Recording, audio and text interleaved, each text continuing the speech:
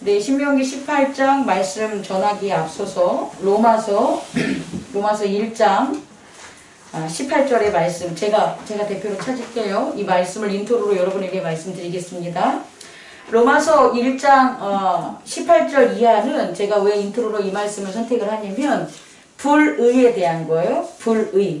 불의는 아니 불자 오르를 일자니까 옳지 않은 것. 그럼 여러분 불의가 뭐냐 이제 우리가 알아야 되는데 우선 로마서 1장 18절을 보면 하나님의 진노가 불의로 진리를 막는 사람들의 모든 경건하지 아니함과 불의에 대하여 하늘로부터 나타내나니 이렇게 나와 있어요.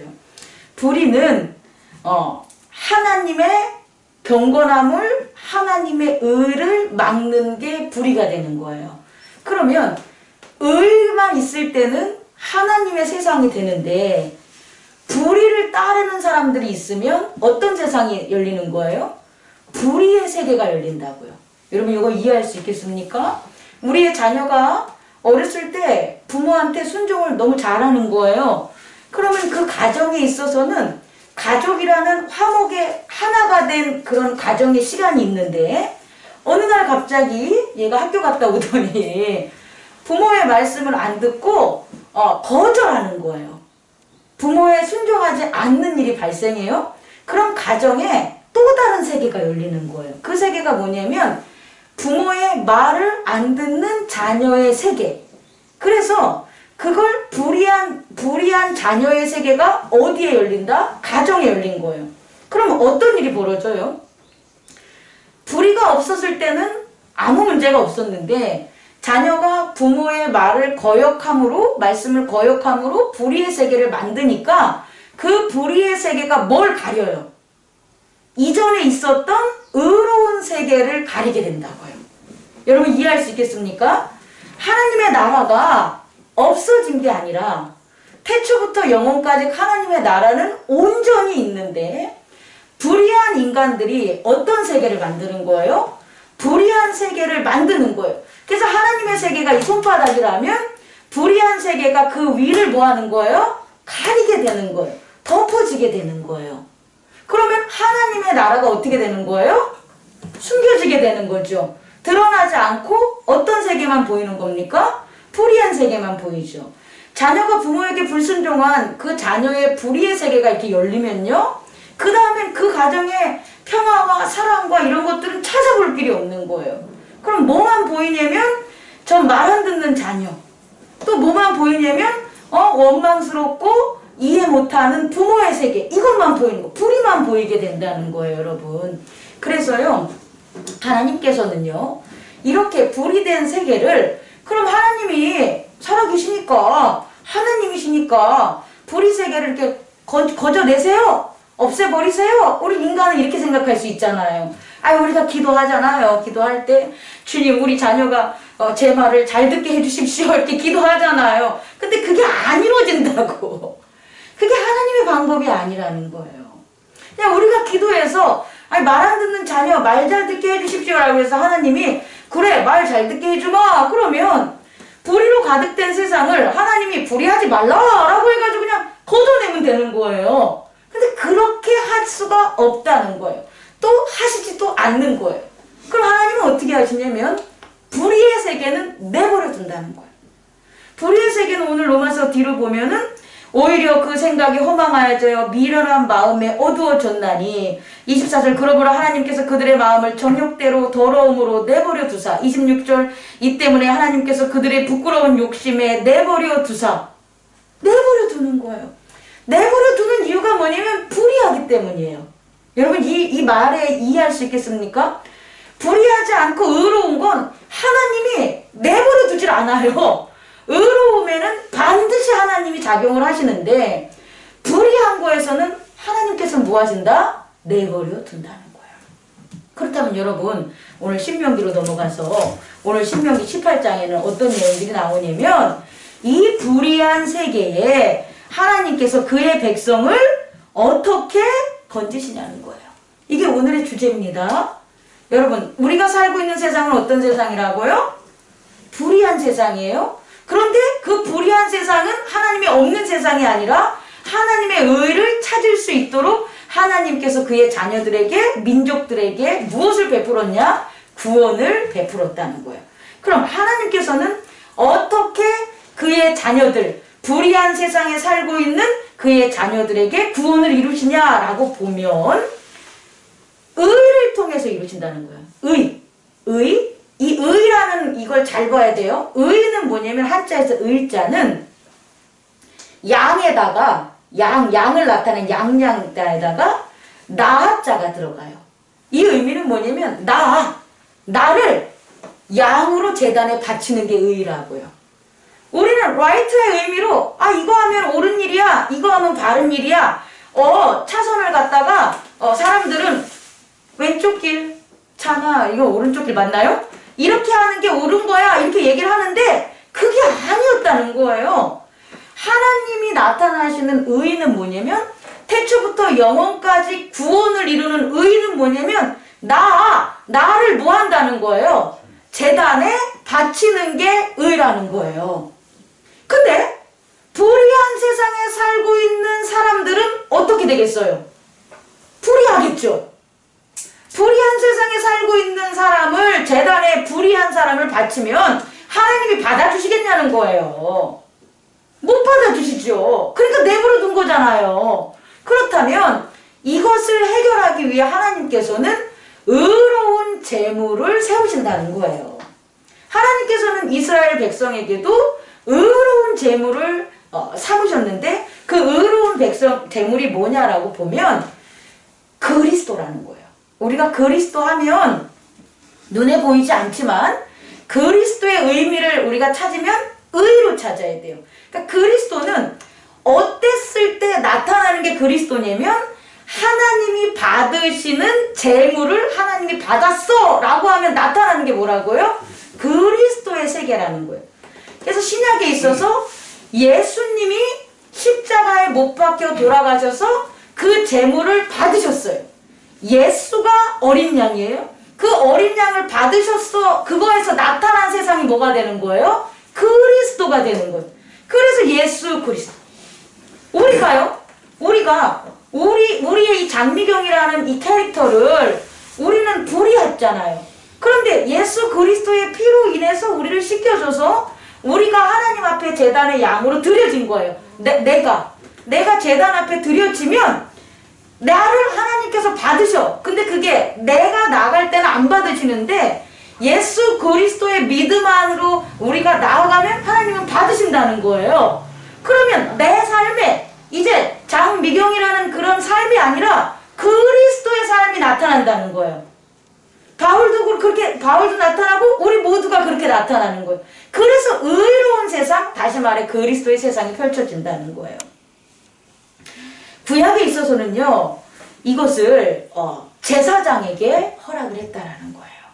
그리고 그 제사장은 그것을 하기 위해서 세상적인 다른 일들을 하지 않고 오직 하나님 자신이 제사장의 기업이 되는 거예요.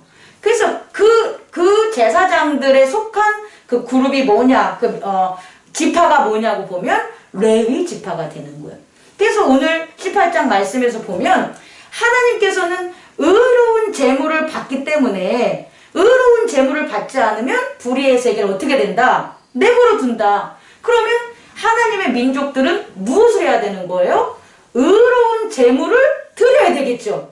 그 의로운 제물로 이렇게 정해진 게 뭐냐? 레위 지파라는 거예요. 그래서 다른 짓 못하게 하는 거예요. 그래서 전쟁에 나가가지고 전쟁에 싸워서 어떤 이기는 힘을 보태서 분깃이라든지 그 땅의 유업을 받지 않게 하는 이유가 뭐냐면 레위 지파가 혹시라도 전쟁에 나가가지고 싸우다가 하나님 말씀에 순종을 안 했어. 그래서 범죄를 했어. 그러면 하나님 앞에 제단에 드릴 제물이 있어요, 없어요? 의로운 제물이 없잖아요. 그래서 레위 지파는, 제사장 지파들은 어떻게 하는 거다? 분깃을 주지 않고 전쟁에도 참여하지 않고 오히려 그 레위 지파의 기업은 누가 된다? 하나님 로드 그 자신이 되는 거예요. 그래서요, 레위 지파가 아닌 사람들이 이제 해야 되는 거예요. 레위 지파를 섬기는 그 의미에서 오늘 18장의 말씀을 첫 번째 말씀을 받아들이면 안 되고 하나님께서 불의한 세상에 의로운 자들을 이끌어 갈 때 반드시 필요한 게 뭐다? 의로운 재물이고 그 의로운 재물을 준비하고 유지하는 게 누구다? 레위 지파라는 거예요. 그래서 하나님의 백성들은 첫 번째로 무엇을 유지해야 되냐? 레위인들에게 그들의 삶을 보장해 줘야 되는 거예요. 그들에겐 분깃과 기업이 없기 때문에, 기업이 아니라 유산이 없기 때문에, 계승돼야 될 것이 없기 때문에, 땅이 없기 때문에 그들에게 그들의 제사에 필요했던 모든 것들을 그들이 먹고 그들이 살 수 있도록 보장해 주는 게 하나님의 민족들, 하나님을 섬기는 자들이 해야 될 첫 번째라는 거예요. 두 번째는요. 그런데요. 이렇게 그 레위인들을 갖다가 잘 섬김으로 의로운 재단을 쌓게 해야지 불의한 세상에서 의롭게 살잖아요. 근데 이게 마음같이 쉽지가 않은 거예요. 왜냐하면 그런 의로운 레위인들이 다 유지가 돼야 되는데 또 그 의로운 그 레위인들이 제단을 거룩하게 드렸을 때만 하나님이 그 제단에 뭐 하는 거예요? 이렇게 역사를 하시는데 그렇지 않는 일들이 있어요, 없어요? 있잖아요. 오히려 제사장이 타락을 해서 하나님한테 의로운 제단을 못 쌓게. 그러면 그 이스라엘 백성들이 어떤 일을 경험해요? 내버려 두는 일들을 당하겠죠. 그잖아요. 불의하니까. 그래서 이스라엘인들이 뭐를 하냐면 가나안 땅에 있는 그들이 따랐던 가증한 행위들, 다시 말해 하나님을 찾는 게 아니라 가나안 땅에서 역사하는 우상들, 그 신들, 그런 것들을 갖다 뭐 하는 거예요? 따르게 된다는 거예요. 아니, 우리 제사장 보고 제단을 쌓는데 하나님이 응답을 안 해줬어. 그러니까 이스라엘인들이 뭐 하는 거예요? 그러면 뭐 옆에 응답 잘해주는 저 박수무당이라든지 진원자라든지 점쟁이라든지 여기서 말하는 신접자들이라든지 초혼자들이라든지 이런 사람들한테 우리가 한번 물어보자. 이렇게 나온다는 거예요, 여러분. 여러분 여기까지 이해할 수 있겠습니까? 그런데 하나님께서는 뭐라고 하신다? 너희들이 그들의 말을 듣지 말라. 왜? 그들이 하는 것은 가증한 것이다. 그리고 너희들은 여호와 앞에서 온전해져라 라는 거예요. 그리고 다시금 제사장이 그렇게 불의해서 의로운 제단을 쌓지 못해서 하나님의 응답을 못 받는 일이 벌어졌을 때 그러면 뭘 보내주시겠다? 선지자를 세우겠다. 그래서 잘못된 것들이 무엇인지 선지자들이 꾸짖을 테니까 그 선지자의 말을 너희는 뭐하라? 들으라 라고 한 거예요. 그래서 이스라엘에 있어서는요, 두 축이 있는데 하나님께로 나아가는 하나님의 뜻을 받는 두 축이 있는데 하나는 제사장, 하나는 선지자. 그래서 제사장들이 타락했을 때 뭐 하는 거예요? 선지자들이 끊임없이 하나님의 진리들을 가르치셔가지고 그 제사장들을 꾸르치고 왕들을 꾸짖어서 다시금 의로운 제사를 드릴 수 있는 사람들을 또 육성함으로 이렇게 나와온단 말이에요. 그래서 마지막에 어디까지 이뤘다? 예수 그리스도까지 있다. 예수 그리스도 이제 시대로 넘어오면 오늘날 우리에게 이 말씀을 어떻게 적용을 해야 되냐면 우리도 똑같다는 거예요. 구약같이 불의한 세계에 살고 있어요. 근데 우리가 불의한 세계에 살아서 불의하면 절대 우리에게 하나님의 뜻이 오지 않아요. 그냥 내버려 둔다는 거예요. 그런데 우리에게도 무엇을 허락했냐? 제사장과 선지자를 허락했다는 거예요. 그 제사장이 누구냐? 예수 그리스도라는 거예요. 그리고 이 제사장은 구약의 제사장처럼 뭐 하는 거예요? 타락하고 자기의 유익을 구해서 하나님 앞으로 나아가는 제단이 막혀지는 게 아니라 온전하고 거룩한 제사장이기 때문에 그는 타락하지 않고 그를 통해서 이루어지는 모든 제단은 하나님께서 뭐 하신다는 거예요? 받는다는 거예요. 또 하나는요, 그 제사장이 그러면 그렇게 제단을 잘 쌓은 것이 우리에게 오라, 하나님께서 응답을 하셨어. 그걸 어떻게 우리가 알 수 있냐 보면 오늘 우리의 시대에도 선지자를 보내는데 그 선지자가 누구냐면 성령님이라고 저는 얘기해 주고 싶은 거예요. 성령님께서 각 사람들에게 하나님께서 받은 제단에 그 의로운 것들을 전해주신다는 거예요. 그래서 성령께서 죄에 대해서, 의에 대해서, 심판에 대해서 우리에게 계속해서 말씀해주는 구약의 선지자의 역할을 우리 모두에게 해주신다는 거예요. 말씀을 마치겠습니다. 이 불의한 세계, 지금 우리가 살아가는 육체의 세계는 불의합니다. 그러나 하나님의 거룩한 세계가 있습니다. 그리고 하나님은 거룩한 세계를 우리에게 허락하신다는 거예요. 어떻게? 의로운 제단을 통해서. 그리고 의로운 그 제단을 통해 받으신 걸 전하는 누구를 통하여? 성령을 통하여 우리들을 의로운 자들로 살아가게 만든다는 거예요. 그렇다면 우리는 무엇을 해야 되냐라고 본다면, 여러분, 이때 구약에 있어서 이스라엘인들이 목숨 걸고 지킨 게 뭡니까? 레위인들의 성소 텐트였다는 거예요. 레위인들에게 있어서의 언약궤와 그 성소, 지성소는 그들의 생명인 거예요. 하나님이 나타나고 응답하시는 그 처소가 되기 때문이에요. 그렇다면 오늘날 우리에게 있어서 우리가 지켜야 될 건 뭐냐는 거예요. 우리가 예수 그리스도를 지켜야 돼. 그리고 우리가 성령님을 지켜야 돼. 이게 아니라 성령님과 예수 그리스도가 오늘 우리에게 역사하는 곳이 있는데, 그곳이 뭐냐면 교회입니다. 이 교회를 예수 그리스도께서 우리에게 주신 거예요. 그래서 우리 모두는 레위인들만 이제는 그 텐트를 지킨 구약이 아니라 신약에 있어서는 우리 모두가 다 교회를 지키는 레위인이 됐다라는 거예요. 그래서 그 교회에서 예수 그리스도께 제사장으로서 그의 이름으로 제사 지내는 거와 하나님이 받으신 의로운 그 연락하시는 것들을 성령께서 임재하고 충만하게 해달라고 우리들은 각자의 교회를 지켜야 된다는 거예요. 권사님과 장로님, 우리 집사님, 직분자, 저 목사를 직분자로 세우신 건 다르게 세운 게 아니라 뭘 지키기 위해서? 교회를 지키라는 거죠. 거룩한 제단 예수 그리스도를 지키고 성령의 역사하는 것을 열게 하기 위해서 우리들은 교회를 섬겨야 되는 거예요. 그래서 그 교회를 위해서 더 기도하고 더 나아가는 저와 여러분 되기를 원합니다. 아멘. 그래야만 불의의 세계가 사라지고 다스리고 죄악에서 멀어질 수 있는 거예요. 그렇지 않으면 그냥 하나님이 내버려 두십니다. 내버려 두지 않게끔 거룩한 제단을 교회를 통해서 세우는 저와 여러분 되기를 원합니다. 기도하겠습니다.